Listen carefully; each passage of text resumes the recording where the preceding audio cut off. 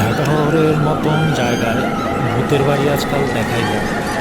কিন্তু ভালোভাবে যদি খোঁজ করেন তাহলে যে মিরপুর কল্যাণপুর রোডে এরকম বিশাল বড় একটা বিল্ডিং দিয়ে পারবেন, যা অনেকটা ভূতের বাড়ির মতো। বিশাল বড় প্লেস।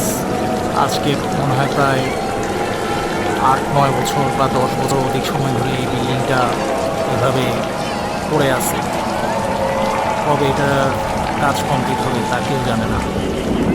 জায়গাটা দেখতে ভুতুরে ভুতুরে মনে হয়। টোটালি একটা ভুতুরে বিল্ডিং।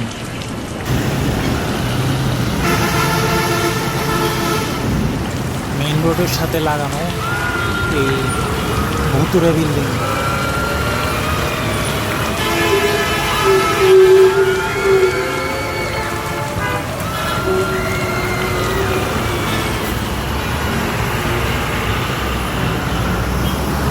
মনে হয় যেন এখন অনেক ভূত প্রেত মনে হয় যেন এখন অনেক ভূত প্রেত এই বিল্ডিংয়ে বসবাস করতেছে।